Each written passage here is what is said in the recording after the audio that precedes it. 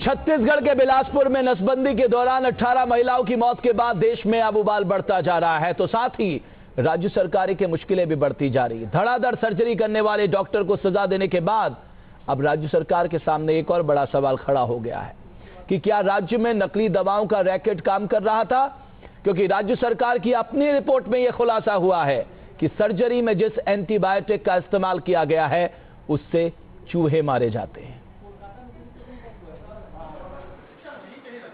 नसबंदी के बदले महिलाओं को मिली मौत के मामले में अब नए नए खुलासे सामने आ रहे हैं, जिसके बाद ये सवाल भी उठने लगे हैं कि क्या सरकारी अस्पतालों में महिलाओं से जानवरों जैसा सलूक किया जाता है। ये सवाल इसलिए क्योंकि बिलासपुर में जो हुआ उसे जानकर आप हैरान रह जाएंगे। नसबंदी की सर्जरी में जो दवाएं इस्तेमाल की गई हैं उसमें चूहे मारने वाले केमिकल पाए गए। रिपोर्ट के मुताबिक सर्जरी के लिए इस्तेमाल की गई दवा में जिंक फॉस्फाइड मौजूद था। जिंक फॉस्फाइड को चूहे मारने के लिए भी इस्तेमाल किया जाता है। दवा को रायपुर की फार्मास्यूटिकल कंपनी महावर फार्मा से बरामद किया गया। शुरुआती जांच में इसे ही महिलाओं की मौत का कारण माना जा रहा है। स्वास्थ्य विभाग के मुख्य सचिव ने इस बात की पुष्टि भी कर दी है और खुलासे के बाद राज्य सरकार ने फौरन इन दवाओं के सैंपल को कोलकाता, दिल्ली और नागपुर के लैब में भेज दिया है। जो दवाइयों के सैंपल लिए गए हैं उनको विधिवत लैब में टेस्ट किया जाएगा, उनकी पोटेंसी वैल्यू पे टेस्ट किया जाएगा। जो इंग्रेडिएंट्स बताए गए थे वो इंग्रेडिएंट्स है कि नहीं है उस विषय में टेस्ट किया जाएगा। फिर जो हमारी कैजुअलिटीज हुई हैं उन पर उनके जो विसरा टेस्ट है उसमें जो दवाइयाँ यूज़ की विसरा में बहुत सारी चीज़ें आएंगी। तो बहुत सारे ऐसे डायग्नोस्टिक इन्वेस्टिगेशन रिपोर्ट्स हैं, FSL रिपोर्ट्स हैं जो अभी आना बाकी है। जैसे ये रिपोर्ट्स आएंगी तब हमें इनका जो एग्जैक्ट इम्पैक्ट है वो पता चलेगा। यही नहीं, दवा बनाने वाली कंपनी को 2 साल पहले ब्लैकलिस्ट किया जा चुका था। 2012 में विधानसभा में सरकार के स्वास्थ्य मंत्री ने खुद बताया था कि कंपनी को नकली जेनरिक दवाएं बनाते पकड़ा गया है और इसके खिलाफ केस रजिस्टर्ड भी किया गया। लेकिन सरकारी अस्पतालों में दवाई की सप्लाई जारी रही। नसबंदी के लिए सर्जरी के दौरान महिलाओं को जो सिप्रोफ्लॉक्सासिन एंटीबायोटिक टैबलेट दी गई थी वो भी इसी कंपनी की बनी दवा थी। तो क्या सूबे में नकली दवाइयों का रैकेट भी धड़ल्ले से काम कर रहा है? नकली दवाइयों का एक बड़ा रैकेट है और जिसमें सरकार मिली हुई है और जिस तरह से वहाँ करीब 17 महिलाओं की मौत हुई है और काफ़ी सारी महिलाएं सीरियस हैं, साफ दिखाता है कि ये दवाइयाँ लेने के बाद उनकी तबीयत खराब हुई और उनकी मौत मल्टीपल ऑर्गन फेलियर से हुई, जो कि पॉइजन जहर से ही होती है।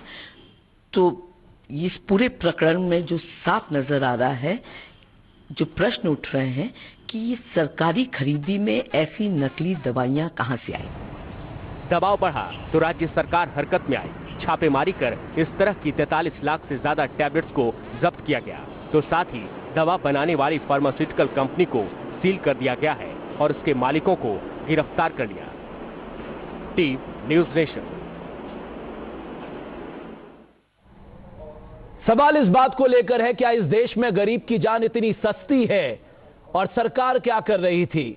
और हैरान करने वाली बात तो यह है कि झारखंड एक बहुत तेजी से विकास करने वाले राज्यों में शुमार किया जाता है, लेकिन अगर आप वहां की हेल्थ सिचुएशन पे नजर डालेंगे आप हैरान हो जाएंगे कि जो राज्य तेजी से विकास कर रहा है वहां अगर हम चाइल्ड एक्सपोर्ट की बात करें, चाइल्ड स्पेशलिस्ट की बात करें, वुमेन स्पेशलिस्ट की बात करें, ये डॉक्टर वहां पर इनकी खासा कमी है। तो सवाल यह है इस पर ध्यान क्यों नहीं दिया गया।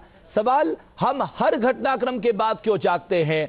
इस देश में पहले से ही स्वास्थ्य के मामले में गरीब अपने को बहुत पिछड़ा हुआ महसूस करता है, क्योंकि 80% स्वास्थ्य सेवाएं आज भी निजी क्षेत्र के हाथों में है। उसके बावजूद अगर इस तरह के घटनाक्रम आते हैं, सरकारें सिर्फ कार्रवाई के नाम पे लीपापोती करेंगी तो इस देश का क्या होगा। इसी पर चर्चा करने के लिए मेरे साथ स्टूडियो में भारतीय जनता पार्टी के नेता अनिला सिंह मौजूद है, कांग्रेस पार्टी से मुकेश नायक साहब जुड़ेंगे, डॉक्टर के अग्रवाल, मधु किश्वर सोशल एक्टिविस्ट मेरे साथ जुड़ेंगी।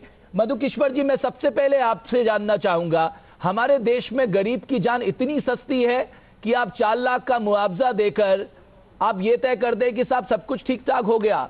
आपके यहाँ नकली दवाइयां बिक रही थी, आपने जिन फार्मास्यूटिकल कंपनी की दवाइयों पे रोक लगाई थी आपकी सरकार ने, आपने विधानसभा में इसकी रिपोर्ट बताया वो धड़ल्ले से बिक रही थी।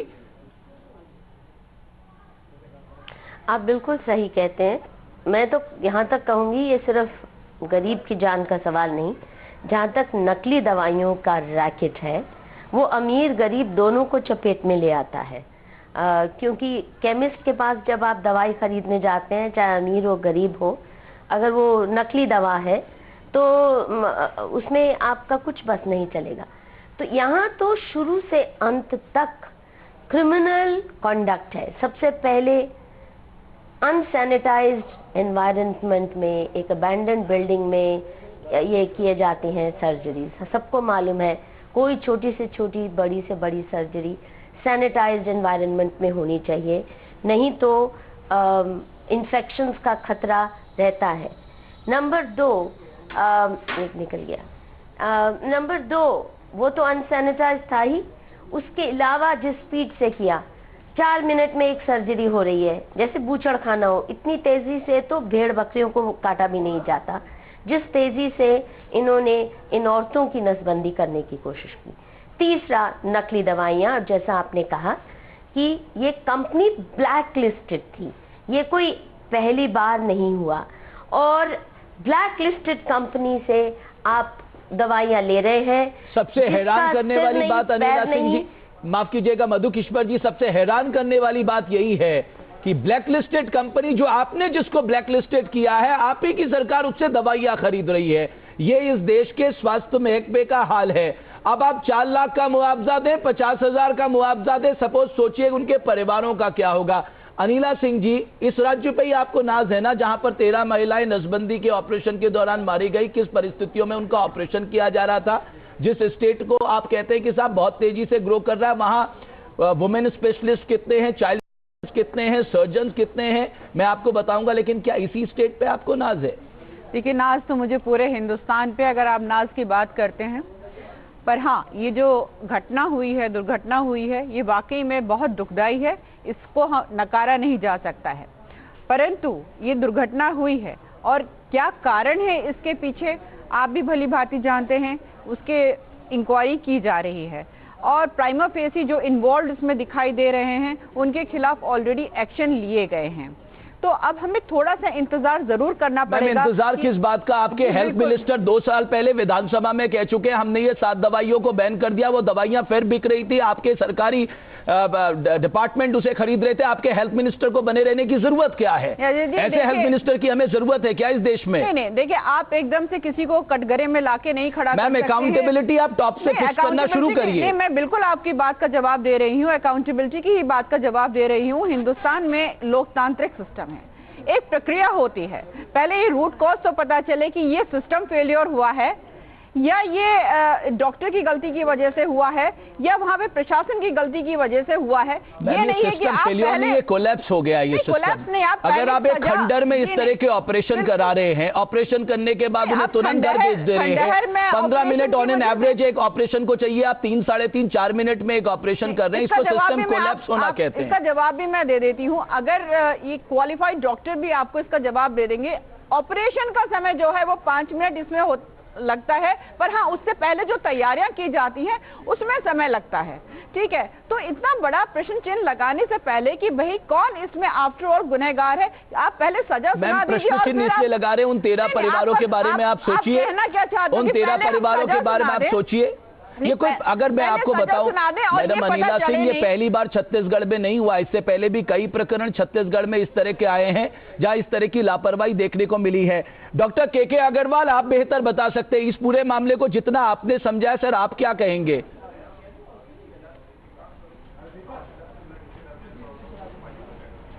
भाई 13 मर्डर तो हुए हैं, इसको तो हम मर्डर ही मानेंगे, गलती किसी की भी हो। इसमें फुल फ्लेजेड इन्वेस्टिगेशन होनी चाहिए। मेडिकल काउंसिल ऑफ इंडिया की मीटिंग है मंडे को, मैं वहां पर भी इस सवाल को उठाऊंगा कि suo motu medical council of India भी इसकी जानकारी प्राप्त करे कि कहां पर ये फॉल्ट है। लेकिन जो अरेस्ट डॉक्टर की हुई है वो प्रीमेच्योर हुई है, क्योंकि आपको पूरे सिस्टम को, अगर डॉक्टर का फॉल्ट है तो पूरे सिस्टम का फॉल्ट है। किस डॉक्टर ने इस डॉक्टर को बोला कि आप अपने टारगेट पूरे करो? सिप्रोफ्लॉक्सासिलिन किसने खरीदी? एक स्टेरिलाइजेशन इक्विपमेंट जो है, कितने लेप्रोस्कोप थे? अगर कम थे तो किसने उसको आदेश दिया कि इतने कम लेप्रोस्कोप में आप ये सर्जरीज करो? I think this has to be taken in a bigger way, ताकि दोबारा ना हो। जो हो गया उसमें पनिशमेंट मिलेगा, इंक्वायरीज होंगी, बट हमारा concern at Indian Medical Association is दोबारा ना हो। तो IMA is trying to work out on guidelines कि जब कोई कैंप्स होते हैं, हम लोग ऐसे कैंप्स, जैसे कैंप्स में ब्लड शुगर के कैंप्स होते हैं, उसमें नीडल के एक्सचेंज से हेपेटाइटिस बी होने का चांस होता है। क्या हर मरीज से कंसेंट ली गई थी कि आपका ऑपरेशन 3 मिनट में होगा और 3 मिनट में आपको खतरा नॉर्मल से ज्यादा है? आपको इन्फॉर्म कंसेंट लेनी चाहिए। यू कांट डू कि हमने 3 मिनट में ऑपरेशन। नहीं, सवाल ये डॉक्टर के अग्रवाल, सवाल इस बात का है, पहले तो ये सरकार ये इस तरह के जो एम्बिशियस टारगेट है, लेकिन साथ में ये टारगेट देने का मतलब आप डॉक्टर्स पे दबाव डाल रहे हैं। और जो यहाँ पर अनिला सिंह कह रही है कि साहब आप सवाल मत उठाइए, आखिर क्यों नहीं सवाल उठाए? आपने किस परिस्थिति में उन महिलाओं का डॉक्टर पे दबाव डाल रहा है उस पर भी पनिशमेंट होना चाहिए।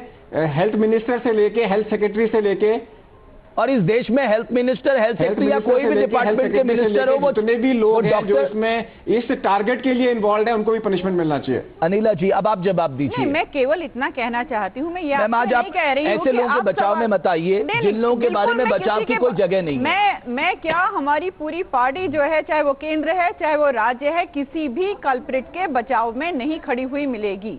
पर ये तो पता चले आफ्टर ऑल ये सिस्टम फेलियर हुआ है। ये स्वास्थ्य सचिव और स्वास्थ्य मंत्री की जिम्मेदारी क्यों नहीं? मैं सिर्फ इतना जानना चाहता हूँ। अगर आपके राज्य में डॉक्टर्स नहीं है, आपके राज्य में चाइल्ड स्पेशलिस्ट नहीं है, मैं आपको वही कहना चाह रही हूँ, अगर ये सिस्टम फेलियर हुआ है तो डेफिनेटली आप उनको कटघरे में खड़ा करिए। आपके पास 27 जिले, अनिला जी, आपने कहा ना आपको नाज है आपके राज्य में। देखिए, मुझे नहीं, आप ये अगर ये इम्प्रूव कर रहा है ये स्टेट, आप मुझे बताइए। सरकार की है, बिल्कुल सरकार की है। 27 डिस्ट्रिक्ट, अनिला जी, 27 डिस्ट्रिक्ट, राज्य की गलती है। 27 डिस्ट्रिक्ट, मैडम अनिला जी, तो आज आप पूछिए ना, रमन सिंह सरकार से सवाल क्यों नहीं पूछना चाहिए? 27 डिस्ट्रिक्ट में केवल 14 महिला रोग विशेषज्ञ क्यों हैं?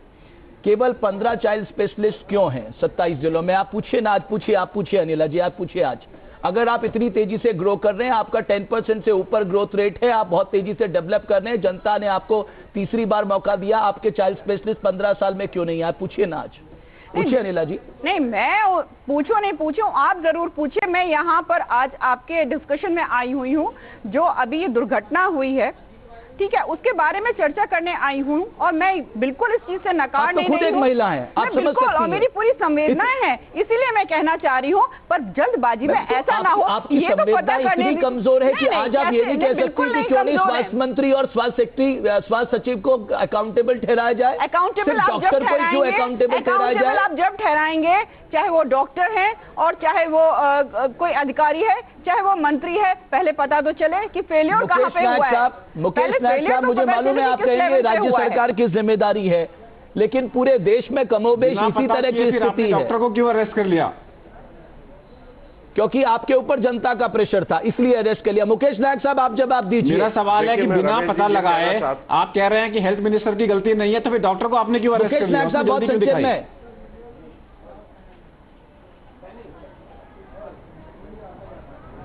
देखिए रमेश जी, मैं ये कहना चाहता हूं कि 2012 में विधानसभा में स्वास्थ्य मंत्री अमर अग्रवाल ने ये कहा था कि जो महावर फार्मा है, इसको नकली दवाई बनाते हुए पकड़ा गया है, इसलिए इसको ब्लैकलिस्ट किया जाता है। उसके बावजूद भी जब अभी दवाइयों के लिए छापा मारा गया तो महावर फार्मा की 83% दवाइयां अस्पताल में निकली।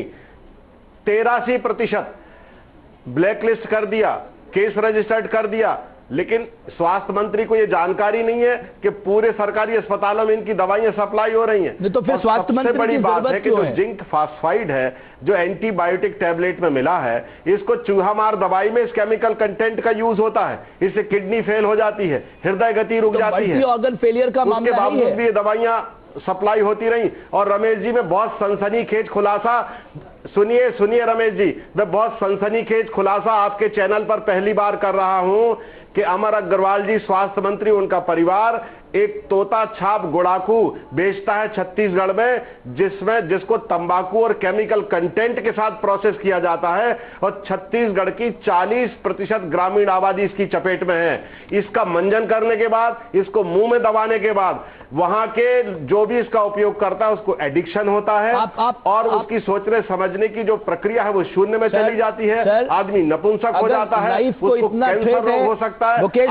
अगर लाइफ को थ्रेट है, आप केवल सनसनीखेज खुलासा ना करिए, जाइए एफआईआर कराइए। काम कर रहा है, जहर बेचने का काम कर रहा है। छत्तीसगढ़ के स्वास्थ्य मंत्री के खिलाफ आप एफआईआर कराइए। अगर वाकई आप कह रहे हैं इतनी चिंताजनक बात है, मैं लौटूंगा अनिला जी, आपको सारे जवाब देने हैं।